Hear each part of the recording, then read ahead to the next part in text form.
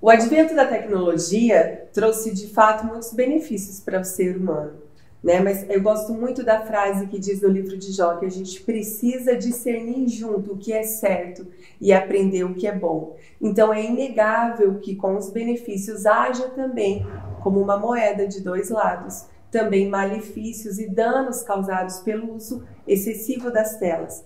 E no Alcance Mais de hoje, esse tema que a gente traz como principal assunto, o uso das telas. E para isso nós temos convidadas incríveis aqui, a Cineiva, que tem a sua formação em educação, ela é mestre em educação e doutora em tecnologia e sociedade. E também a Adriana, que trabalha com marketing, ela dá palestras na área de neurociência e comportamento do consumidor. Eu quero, meninas, que vocês fiquem muito à vontade aqui nesse bate-papo conosco. Obrigada pela presença de vocês. Nós queremos que vocês derramem aí o conhecimento da área que vocês trabalham e vocês podem começar a falar um pouquinho das áreas de atuação de cada uma, começando pela Cineiva, por gentileza. Eu agradeço a Deus esse momento, agradeço o convite, Ingrid, agradeço muito a presença das pessoas que possam ser alcançadas por essa conversa que nós vamos ter agora. O meu trabalho basicamente é com foco na infância e na adolescência. Eu sou educadora da rede de educação básica há alguns anos e eu pesquiso sobre o uso das tecnologias digitais nas questões de saúde, segurança, nas relações sociais, na aprendizagem já há algum tempo. E tudo isso está sendo constituído como um momento adequado para a gente discutir no âmbito da espiritualidade também. Perfeito. Porque a reflexão a gente precisa levar então para o mundo espiritual também. Perfeito. Adriana, você nos fala um pouquinho de você e do seu trabalho? Primeiro, obrigada pela oportunidade de estar aqui dividindo um pouquinho do meu conhecimento. Para mim é uma honra, né, poder compartilhar isso e, assim, só para falar um pouquinho do meu background, eu venho da área de TI e marketing, eu trabalhei uns 15 anos nessa área até que eu cheguei na neurociência por meio do neuromarketing.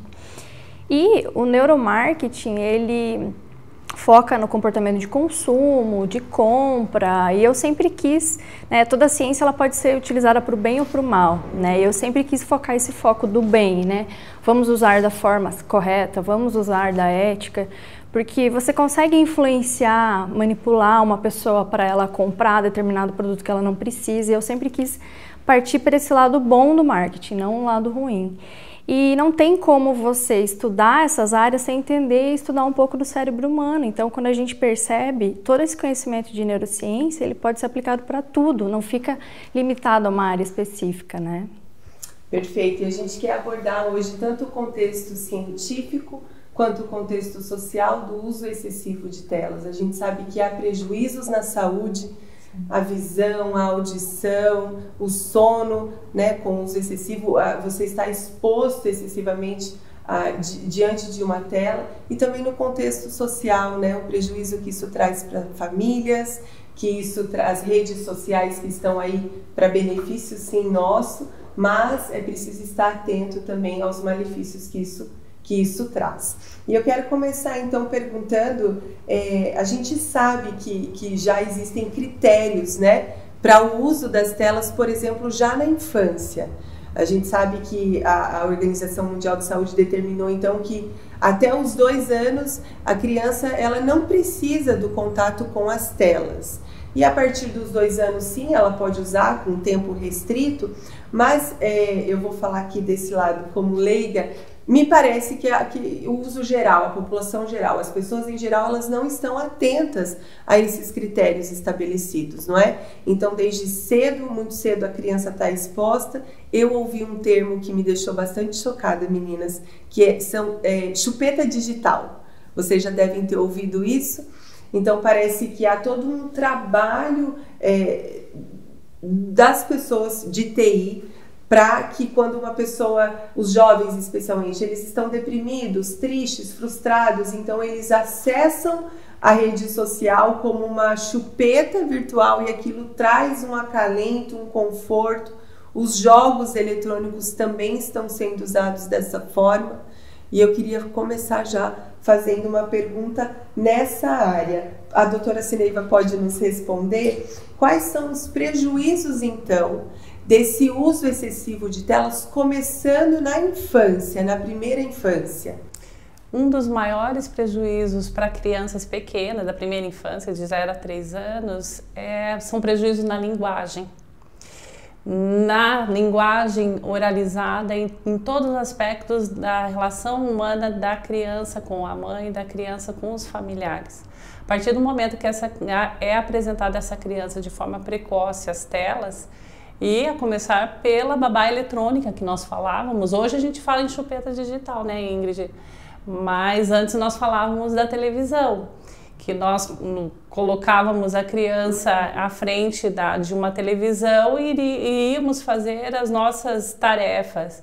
E desde então, essas telas, quer da televisão, do computador, do tablet, que são precocemente colocadas em frente à criança, faz com que ela perca a capacidade de desenvolver, por exemplo, coordenação motora fina, né? As nossas crianças, não só na linguagem, mas ela está perdendo a capacidade de manusear, né? De tocar e de compor o processo cognitivo a partir da imaginação, da criatividade, da interação, principalmente com a natureza, interação com outras crianças, interação com os animais. Então, a própria Sociedade Brasileira de Pediatria que estabeleceu esses critérios que você comentou agora, que é 0 de tela para criança de 0 a 2 anos, 1 hora de tela, incluindo a televisão, 1 hora de tela para crianças de 2 a 5 e 2 horas de tela para criança de 5 a 12, considerando a supervisão, o monitoramento permanente, não é porque eu vou deixar a criança 1 hora ali, porque a Sociedade Brasileira de Pediatria falou que 1 horinha pode, crianças de 3, 4 anos. Porém, há pediatras que se aproximam dos aspectos dos peritos da polícia científica, por exemplo, que falam 1 hora por dia, dependendo do que acessa, pode ser prejudicial no aspecto de segurança.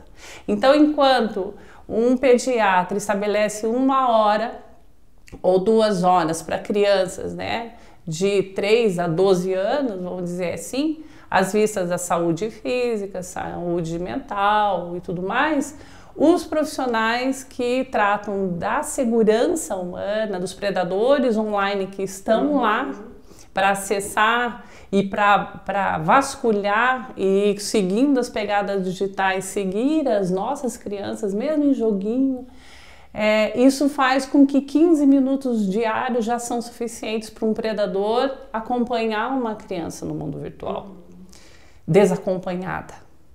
Então, numa primeira reflexão, nós deixamos aqui a perspectiva da necessidade de monitoramento constante. E claro que não só das crianças, dos adolescentes também. Porque não é porque fez 13 anos que ele já desenvolveu a capacidade perceptiva, de discernimento do que eu posso acessar e o que não, o quanto tempo eu posso acessar e quanto não.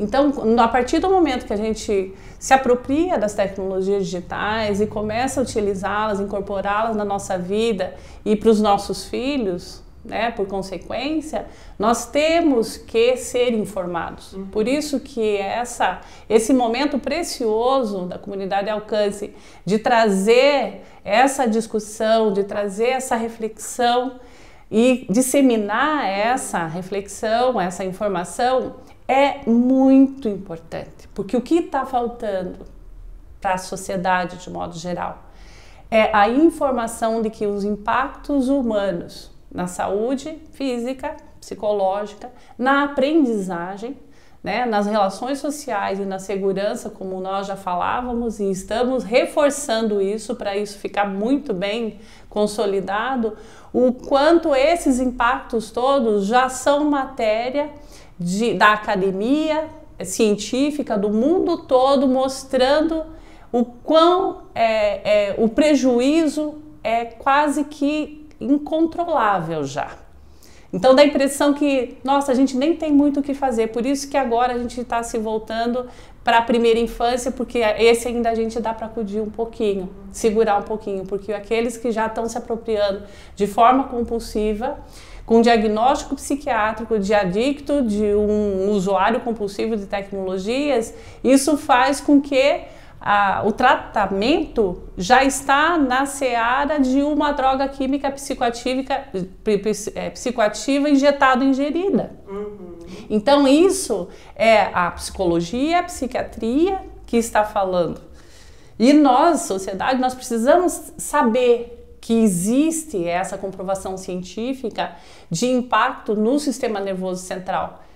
E quanto mais na nossa criança cujo desenvolvimento biopsicossocial está todo pela frente, né? Então a nossa preocupação é muito grande em todos esses aspectos. E existem pesquisas no mundo inteiro tratando disso e mostrando a efetividade infeliz dos impactos nocivos do uso das tecnologias, Ingrid. É muito relevante isso, e mais uma vez eu gostaria de reafirmar para você que está nos assistindo, de maneira alguma estamos falando contra o uso, nós estamos aqui inclusive usando uma ferramenta de tela para te alcançar, para te abençoar. Isso não tem retorno, não é, meninas? Não vai voltar para trás, mas a gente quer apenas alertar que, como eu falei no início, é o mesmo lado, é outro lado de uma mesma moeda, né? Existe benefícios, existe malefícios, e nós não podemos negar ou ignorar ou só aproveitar o que é bom, né? A palavra de Deus fala para a gente discernir tempos, modos e propósitos, porque sempre existe um outro aspecto, um outro lado, e nós precisamos, como sociedade, estarmos atentos. E às vezes é difícil para nós, de uma geração talvez um pouquinho para trás, que não tinha tanto acesso, a gente sabia o que era não ter telas, a gente sabia, como você bem falou, o que era contato com outras crianças, o que era usar a criatividade para poder brincar, né? E as crianças de hoje, elas não sabem, elas já nasceram nesse ambiente online. Eu me lembro da época ainda em que a gente estava offline e para usar a internet precisava entrar, acessar. Hoje não existe mais isso, você está sempre online, não existe mais offline. A internet está, né, no bolso. Está no bolso, está muito disponível. E dentro disso, Adriana, gostaria que você comentasse um pouco, dentro ainda do aspecto físico, o sono talvez seja um dos principais sincronizadores ali do nosso organismo, né? A gente precisa, é como se ele resetasse algo. E a gente sabe que o uso de telas também rouba, né, essa questão do sono, a gente acessa de madrugada, o celular está ali do lado da cama, e eu sei que tem umas questões aí que libera no cérebro. Eu queria que você falasse um pouquinho disso. Dopamina, eu acho que é o nome mais famoso que a gente tem ouvido por aí, mas eu queria que você contasse essa história um pouquinho do começo. Tá, então primeiro eu vou falar um pouquinho de sono, né? Eu estava lendo uma revista científica, né, e ela é uma revista de fora do Brasil, e ela fala, né, que crianças de 5 a 13 anos, elas precisam entre 9 a 11 horas de sono diariamente. Né? O que o distúrbio ou a falta do sono vai fazer? Primeiro ele vai afetar diretamente o crescimento daquela criança, né? Segundo, o sono, né, a produção de melatonina, né, o que ela faz? Ela é consolidadora da memória. Então, todo aprendizado que aquela criança tiver na escola, ele vai se fixar no cérebro dela ou não, dependendo também da quantidade e qualidade do sono que aquela criança vai ter. Fora isso, os distúrbios de sono, eles podem gerar agressividade, né, distúrbios alimentares, obesidade, agressividade. Então a gente vê tudo isso é influenciado simplesmente pelo fato da criança não dormir. E aí eu acho que como que os pais podem ajudar nesse sentido? Primeiro dando exemplo, né? Porque se o pai está a todo momento na frente do celular, como que ele quer incentivar a criança a não ter o mesmo comportamento? Porque ela vai, né? A gente tem células espelhos no nosso cérebro que nos ensinam, que nos permitem aprender a comer, aprender a falar, aprender a andar. E a gente está sempre percebendo o ambiente, os nossos pais, as pessoas com quem a gente se relaciona, e inconscientemente a gente está aprendendo repetindo, né? Por conta dessas células espelho. Então, se eu vejo os meus pais fazendo isso o tempo inteiro, o que que a criança vai fazer? Ela vai replicar o comportamento. Então, primeiro, os pais precisam ter regras, né? Não deixar a criança usar as telas 3 horas antes de dormir, porque senão isso vai afetar o sono, né? Ter um local para... Adriana, deixa eu só te interromper, e eu queria muito dar uma ênfase nisso que você acabou de falar. Então, dentro do ambiente familiar, nós temos uma rotina, imagina-se que tenha-se uma rotina. 3 horas antes daquele determinado horário de dormir, então é indicado que já não tenha mais acesso às telas. Foi isso mesmo que você falou? Isso mesmo. E de preferência não estar no mesmo ambiente. Então, assim, por exemplo, muitos pais têm mania de deixar o celular do lado da cama. O simples fato do celular estar ali, até desligado, ele é prejudicial. Então, tem estudos de neurocientistas falando o quanto que isso é prejudicial. Então, para as crianças, é legal delimitar locais, horários, né? Então, por exemplo, lá em casa a gente tem uma regra que a gente não usa celular no momento que a gente está na mesa, justamente para a gente não ficar nesse vício, porque isso é inconsciente. Quando a gente percebe, a gente está lá olhando no celular. E por que que a gente tem essa necessidade se até um tempo atrás isso não existia? Né? Então, falar um pouquinho de dopamina agora. O nosso cérebro, ele sempre vai tentar maximizar o prazer e minimizar a dor. Então, ele quer o prazer e ele quer agora. Como que a gente obtém o prazer nas telas? Liberando a dopamina, que é o mesmo neurotransmissor que é liberado no vício de cocaína, de açúcar, de jogos, de esportes. Então, aquela pessoa compulsiva por esporte, compulsiva por compra, ou mesmo de acesso à tela, ela libera a dopamina no cérebro, né? Que é aquela sensação de prazer. E os aplicativos, o que que eles têm feito? Eles têm tentado fazer com que você fique a maior parte do tempo, né, no celular, justamente para você ficar lá sendo impactados por propaganda, comprando coisas que você não precisa, saindo do foco, e quando você vê, você passou horas naquele aplicativo. Então, assim... Tem esse senso de prazer, é isso mesmo? Isso. Então, quando, por exemplo, eu posto uma foto, alguém curte essa foto, isso me dá prazer. Né? Uma criança, por exemplo, jogos. Por que que o videogame ele te dá tanto prazer? Porque ele tem muito estímulo. Então aquilo provavelmente vai gerar mais prazer na criança do que se ela ler um livro, por exemplo. Mas tudo vai funcionar conforme o aprendizado que ela teve com os pais.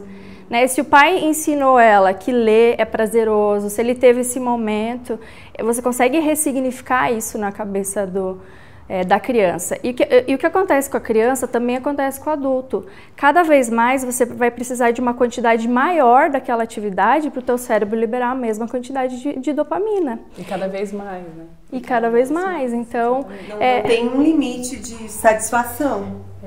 É a busca pelo mais. Na verdade, é super importante isso que a Adriana está trazendo, porque a própria Associação Americana de Psiquiatria, em 2013, quando renovou a lista de doenças mentais no DSM, né, no Manual Diagnóstico de Doenças Mentais, já incluiu lá na seção A, que merecia estudo a partir de 2013, o vício em jogos eletrônicos, a dependência em jogos eletrônicos como subtipo da adição e da compulsividade em relação à internet e outras ferramentas como um todo, redes sociais e assim por diante.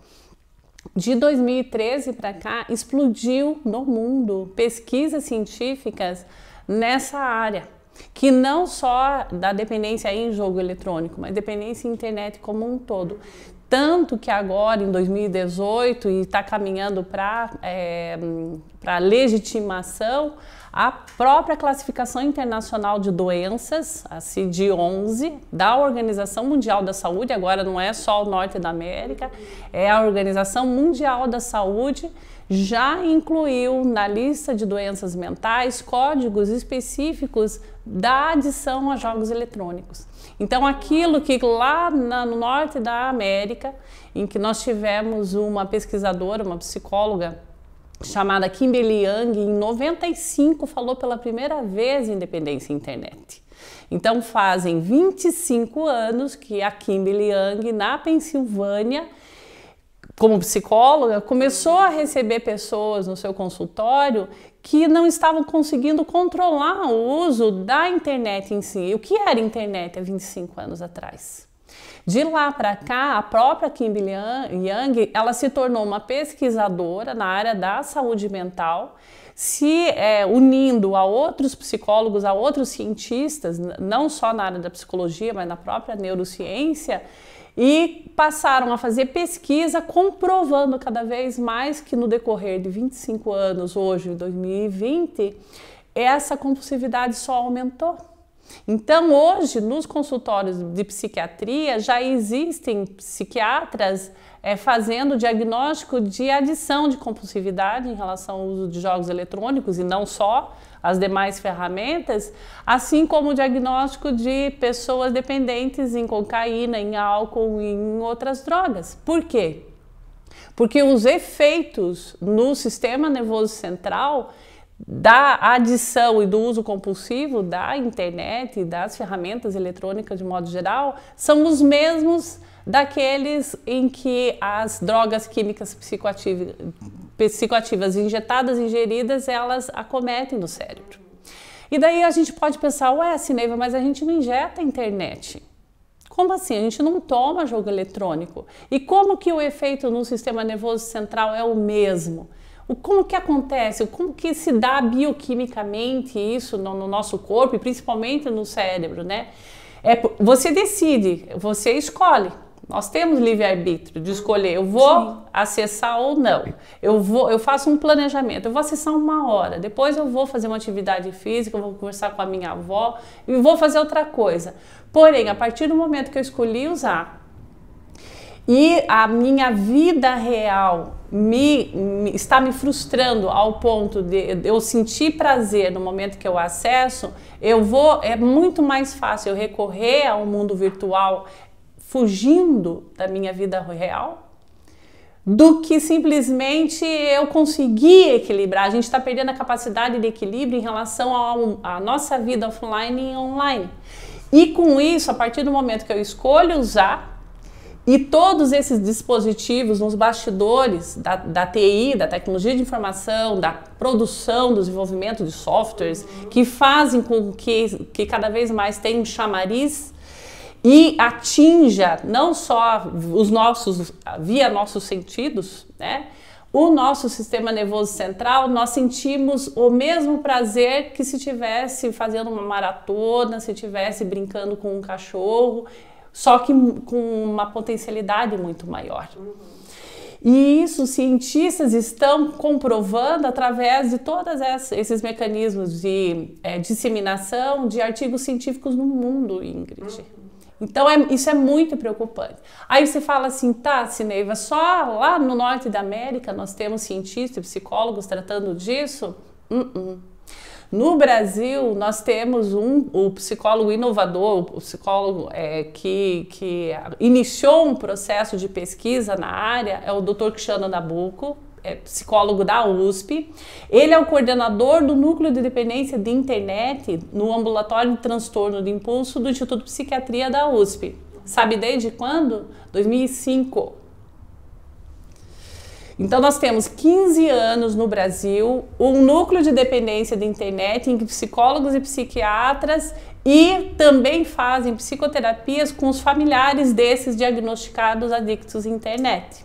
Você veja, isso é muito sério. Pouco falado, pouco disseminada a informação, sim, mas de fato existe. Você falou da pesquisa norte-americana, 25 anos, né? Aqui no Brasil, 15 pelo menos se tratando. E aí, a administração de fármacos, né, para lidar com os transtornos. E a gente falou muito da criança, assim, mas eu gostei que você inseriu todo o exemplo, a conduta da família, porque não queria restringir aqui só no aspecto da infância, porque isso é um assunto que está impactando a vida de adultos, de qualquer ser humano, né? Porque estamos vivendo nessa... Em todos os lugares. Em todos os lugares. Adriana, não é só no ambiente familiar, é também na escola, no trabalho. Não é porque eu chego, ligo meu computador e fico o dia todo olhando para o computador que eu estou produzindo algo que faça, que dê valor para mim, para o meu entorno, para a sociedade. Isso. E no trânsito, O celular, nós estamos num ímpeto de ansiedade tamanho que nem no trânsito, nem dirigindo, nem andando de bicicleta, motocicleta, que a gente vê, nós estamos sujeitos a utilizar essa tecnologia, mesmo sabendo de tudo isso, de forma compulsiva. Isso é muito sério. Por quê? Porque é o nosso sistema nervoso central que está sendo afetado. E nós precisamos conversar sobre isso. Porque muito mais a criança e a adolescência estão à mercê. Quando a gente fala assim, eu só complementar uma questão. Kim Il-young, na Pensilvânia, se encontrou com o Cristiano Nabuco e eles lançaram juntos o primeiro livro em língua portuguesa, em 2011, chamado Dependência em Internet. Em 2011. Então tem 9 anos que nós temos um livro escrito por um brasileiro com uma norte-americana falando pela primeira vez sobre dependência em internet. Ou seja, a gente precisa tratar sobre isso. E uma questão que a Adriana me lembrou, ilustrando uma casa, uma família, utilizando a tecnologia, 25 anos... Nós começamos a perceber, então, lá no norte da América, os impactos do uso da tecnologia no aspecto psicológico. Porém, lá a tecnologia chegou primeiro, então a consequência chegou primeiro e a análise dos resultados, né, das consequências, chegou primeiro, então, há 25 anos atrás. Hoje nós temos pais com 25 anos que nasceram com essa tecnologia, nasceram com a internet. Eles já utilizam a tecnologia de forma compulsiva. Como fazer esse menino, esse jovem de 25 anos, que hoje já é pai, mãe, e está começando uma vida, né, uma média de 25 anos, iniciando uma vida de paternidade, em que ele próprio, ele próprio não consegue, já é vítima. Quem dirá os filhos deles? O que acontece, assim, eu falei, né, que o nosso cérebro está sempre buscando por prazer, mas existe, por exemplo, o melhor regulador de neurotransmissores é o exercício físico, né? Porque quando eu faço o exercício físico, o meu corpo está liberando dopamina, endorfina, ocitocina, serotonina, né? Alimentação também, 95% da serotonina que a gente desenvolve é no nosso intestino. Então, o que nossas crianças estão comendo, o que os pais estão comendo, isso impacta muito nessa nossa busca, né? E o cérebro, por ter essa coisa de sempre buscar o que é mais fácil, o que é mais prazeroso, então ele fala assim, exercício é muito cansativo, é muito difícil, deixa eu fazer o que é fácil. Por que ele funciona assim, né? A gente está falando de um órgão que tem 2,2% de massa corporal e que consome diariamente 20% de energia. Então, a maior parte das nossas decisões é inconsciente. Nós temos livre-arbítrio, mas a maior parte é automático, é inconsciente. Então, quando eu crio a força do hábito, 40% do que a gente faz diariamente é hábito, né? E por que o cérebro faz isso? Ele faz isso por autopreservação, por sobrevivência. E como é que eu mudo isso? Eu tenho que sempre trazer para a razão. Então, por exemplo, se eu cheguei no momento que eu já não consigo mais ficar sem o celular, o que eu posso fazer? Colocar despertadores para que a cada 1 hora eu lembre qual que é a minha prioridade, né? Para me trazer para a razão de novo. Você falou, eu vou delimitar 1 hora para ficar nas redes sociais. Colocar um despertador para que você fique 1 hora, para sempre trazer para a razão, porque as ferramentas em si, elas vão querer demandar tempo.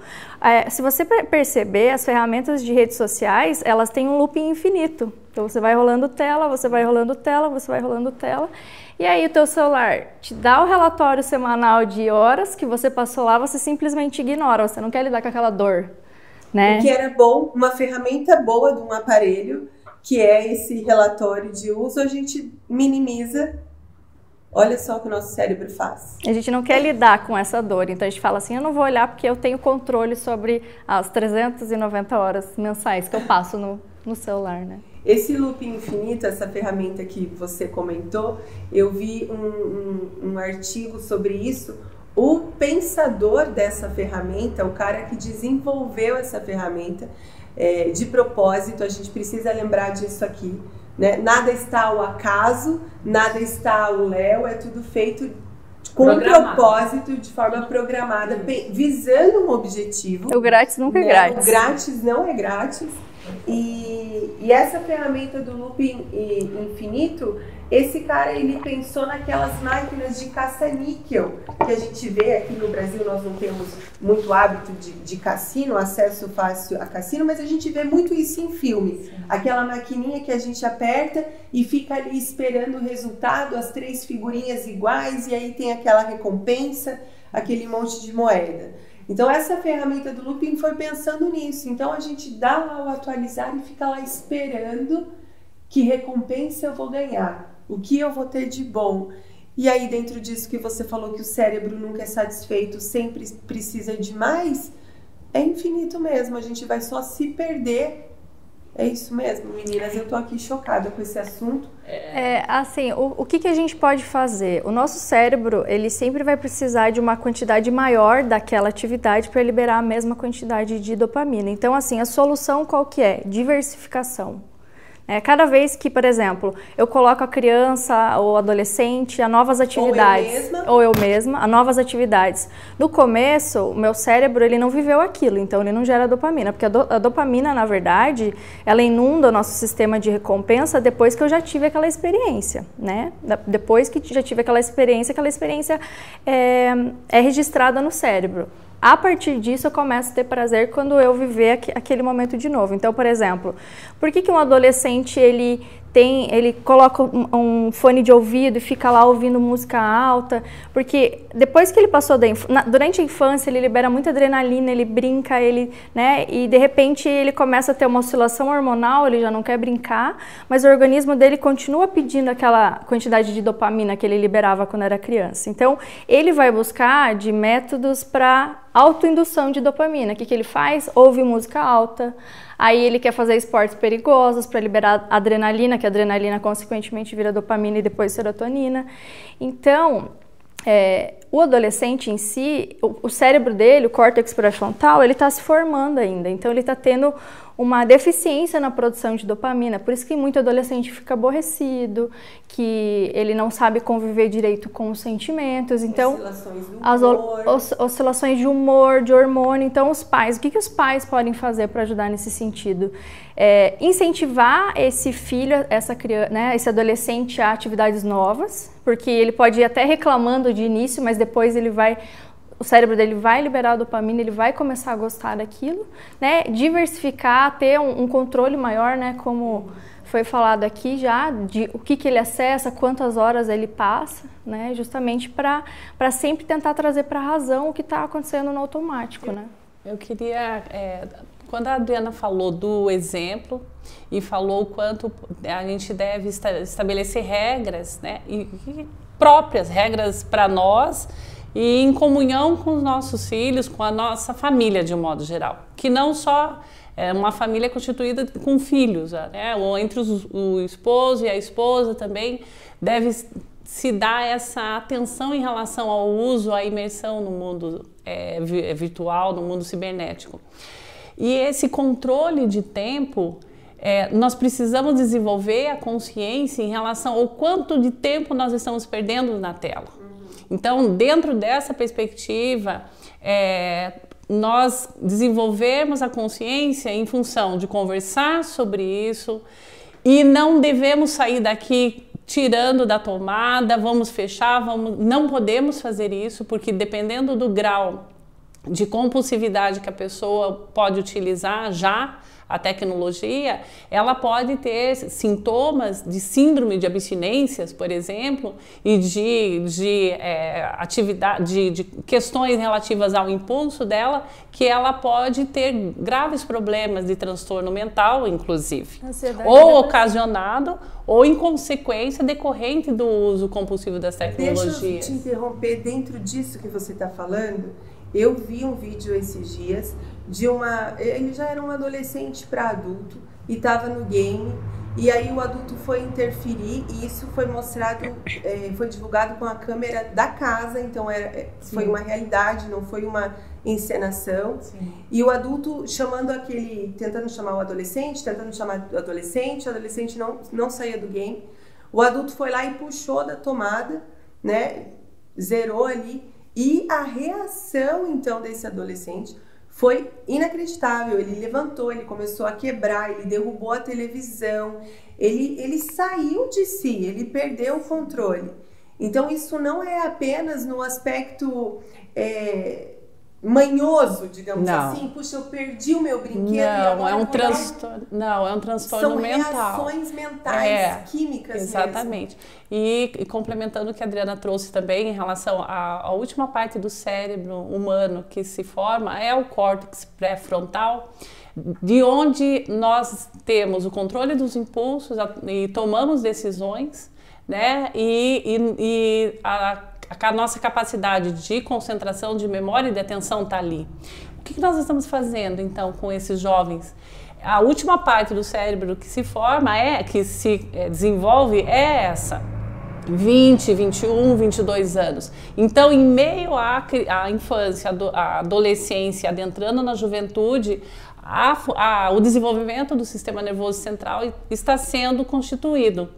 Por isso que as nossas crianças, elas estão perdendo a capacidade até de aprendizagem, de cognição, de paciência, de pegar um texto e eu vou ler 1 hora um texto. Eu ouvi dizer esses dias que os pastores, né, os líderes religiosos, por exemplo, estão conversando entre si e o quanto eles estão precisando, olha, vamos abreviar as atividades dos nossos adolescentes, que eles estão muito sem paciência, senão você não consegue prender a atenção deles, meia hora é o máximo, é 1 hora e olha lá, mas ele sai dali e vai fazer o quê? Então, o que está acontecendo na sociedade, o que está acontecendo fruto do uso impulsivo, compulsivo das tecnologias, está entrando na nossa normalidade. Não, realmente, eu tenho que falar correndo com ele, porque ele precisa voltar para o mundo dele. E a gente precisa desmistificar isso, a gente precisa conversar muito sobre isso entre nós, família, entre nós, pais, tios, avós, entre nós, sociedade. Igreja, escola. Exatamente, porque segundo a Constituição da República Federativa, quem é responsável pela proteção integral à criança e ao adolescente? Todos. Todos. Família, escola, estado, igreja, associação de bairro, o clube, todo mundo. Então, a gente precisa, já temos comprovação científica de que o lado sombrio do uso das tecnologias, ele é real. Os efeitos nocivos do uso das tecnologias está na neurociência, está na psicologia, está na pediatria, está na fisioterapia com as atividades sedentárias que a Adriana comentou, né? Desenvolvendo túnel no carpo, problemas musculares, esqueléticos, cabeça de texto, porque a cervical está sofrendo ao ponto da cabeça ficar projetada para frente e para baixo muito tempo. A nossa cabeça pode pesar 25 quilos. Já está desenvolvendo problema de forma precoce, cada vez mais cedo. Então, dedo de gatilho, daí começam, né? Surgir as terminologias, as identidades de novas patologias em que os consultórios estão recebendo pessoas com cada vez mais tenridade. E nós precisamos conversar sobre isso. Só que eu gostaria de falar um pouquinho agora nas relações familiares. Né? E em meio a tudo isso, como que fica a família?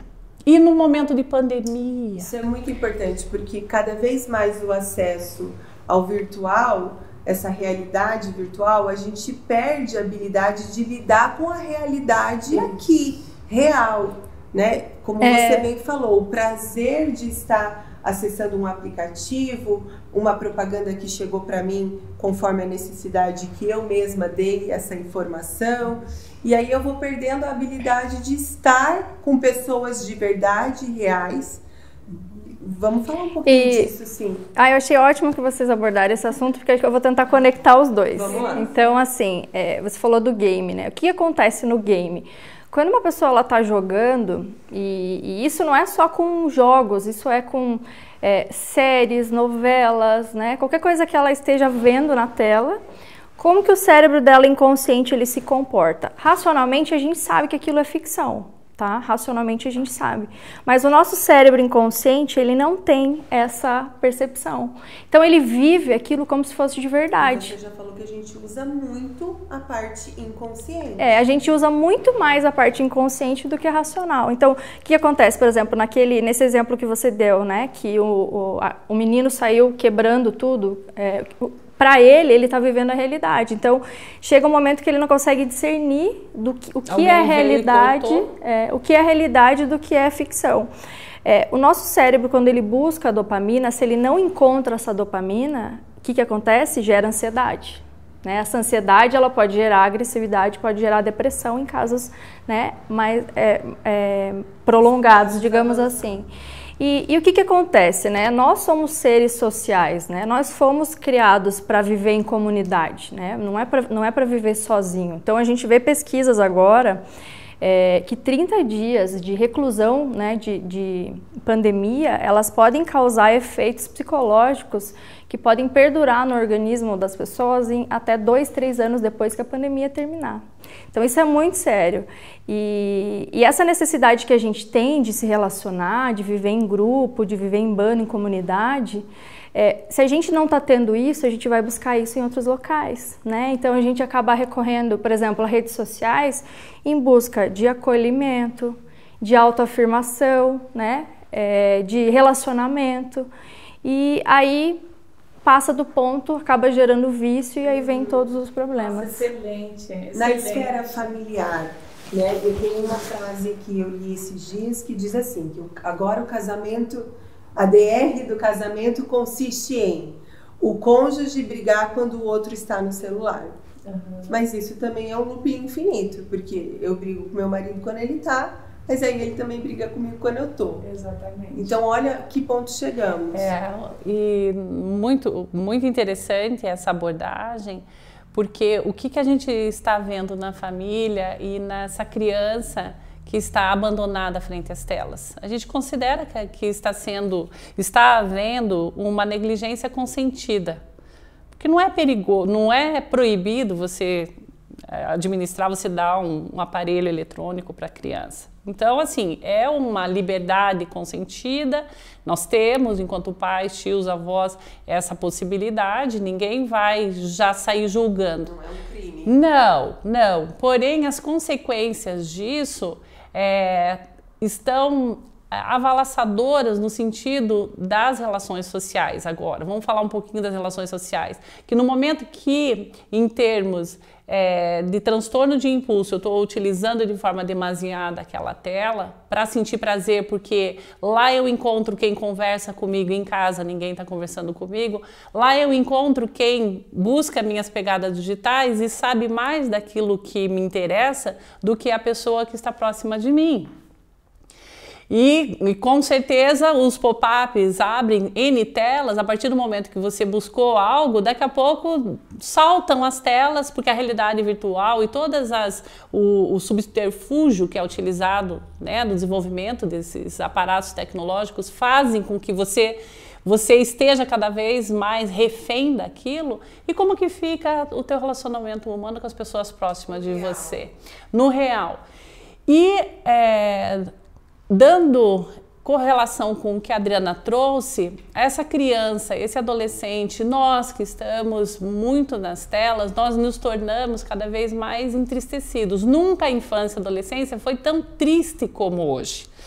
É difícil a gente encontrar num ambiente, mesmo que tenha bastante criança e cuja liberdade de acesso às telas seja plena, escutarmos crianças cantarolando, horas a fio tentando tocar um instrumento musical. Ninguém tem paciência mais, nem de ensinar, e a criança não está desenvolvendo essa capacidade. Onde estão os nossos compositores, os nossos Mozart, que ficam 2, 3 horas no instrumento para tocar no final de um dia uma peça perfeitamente, tecnicamente, espiritualmente a contemplar, né? O quanto a gente precisa se utilizar de uma concentração, de atenção e de persistência para desenvolver isso.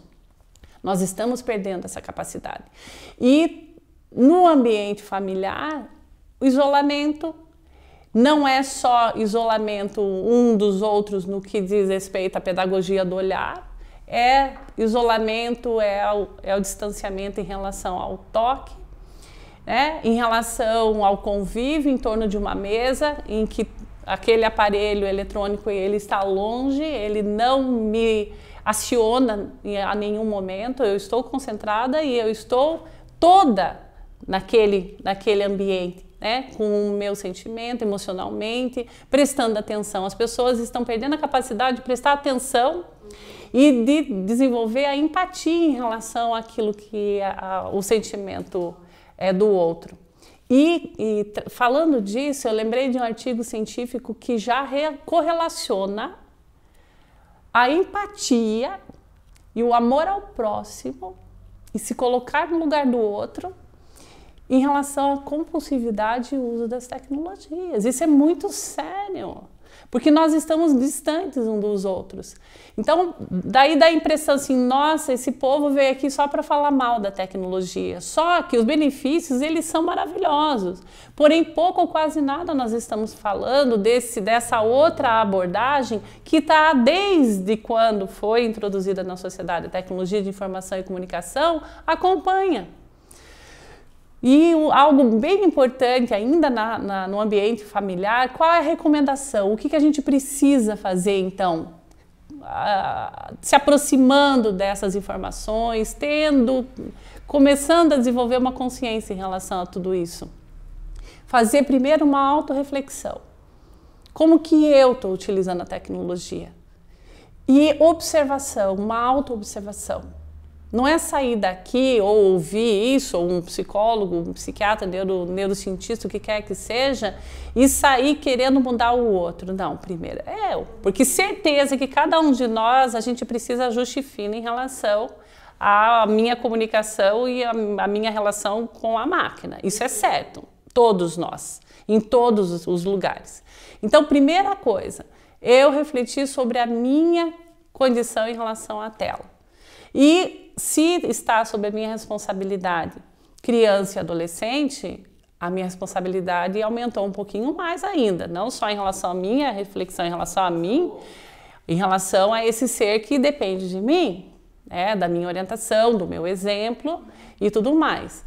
E começar, nesse contexto de observar, dar mais peso e dar mais valor para as atividades analógicas.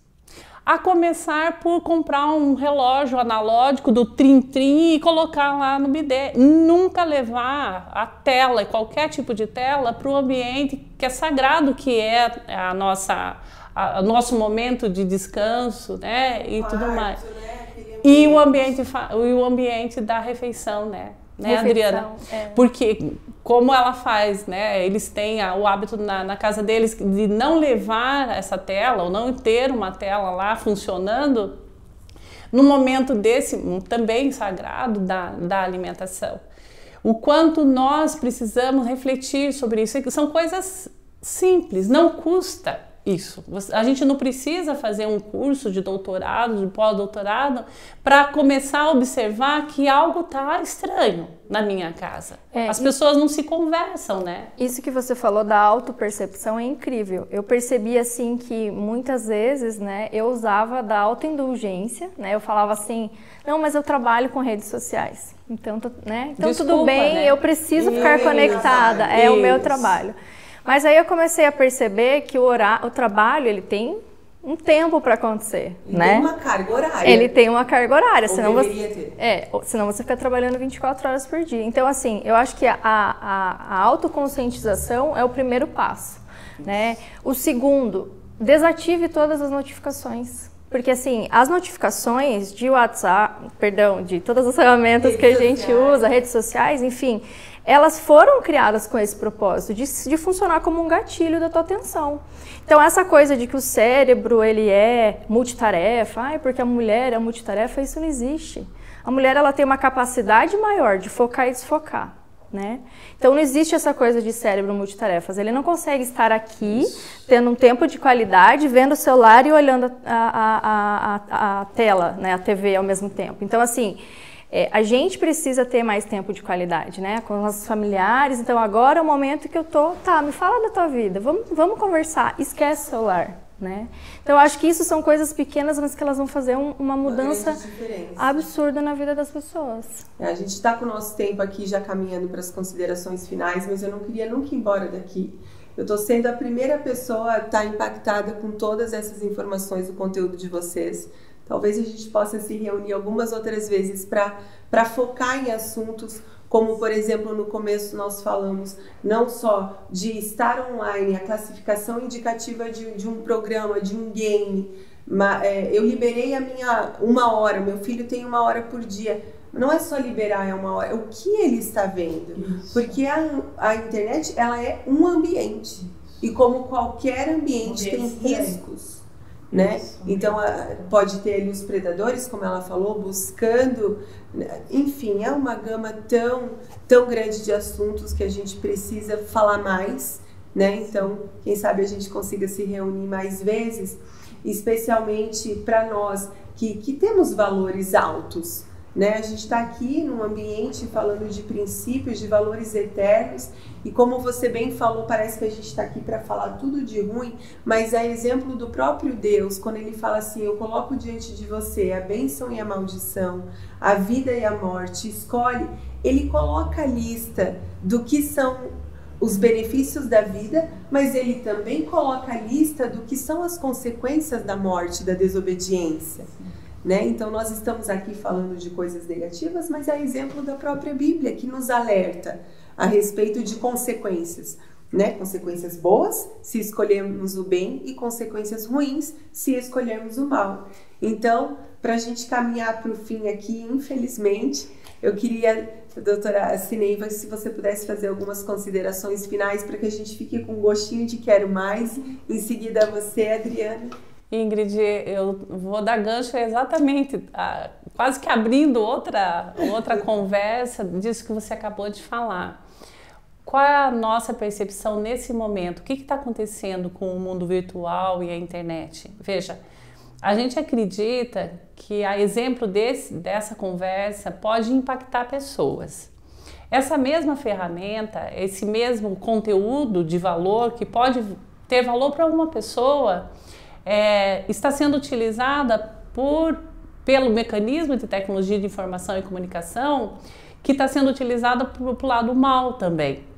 Então, a gente percebe que o próprio Deus permitiu que esse mundo da internet fosse constituído e criado. Então, a partir desse momento, nós estamos desenvolvendo a reflexão e a consciência, o discernimento de bem utilizar a própria tecnologia para disseminar uma informação que pode impactar pessoas, pode salvar casamentos, salvar famílias inteiras, salvar adolescências do mau hábito, né, do quanto isso tudo distancia da comunhão com Deus e assim por diante. Então, assim, eu estou muito feliz por estar aqui. Eu me senti assim, emocionada a todo momento, desde o momento que eu adentrei a esse recinto. Assim, eu agradeço muito a possibilidade de estar aqui e me coloco à disposição para em outros momentos a gente conversar. Bom, obrigada. Obrigada, nós que agradecemos, fomos ricamente agraciados e abençoados pelo seu conteúdo, pelo que Deus te confiou mesmo, né, como dom, habilidade. E a gente quer usar isso mesmo para edificar, né? Nunca para destruir. Então, muito obrigada por estar aqui conosco. Adriana, suas considerações.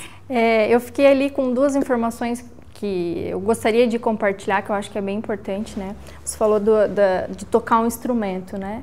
A melhor forma de desenvolver uma criança cognitivamente é fazendo com que ela desenvolva a habilidade de tocar um instrumento. Então, pensando a nível de cérebro, o melhor desafio que ela pode ter é ela tentar, né, aprender a tocar algum instrumento.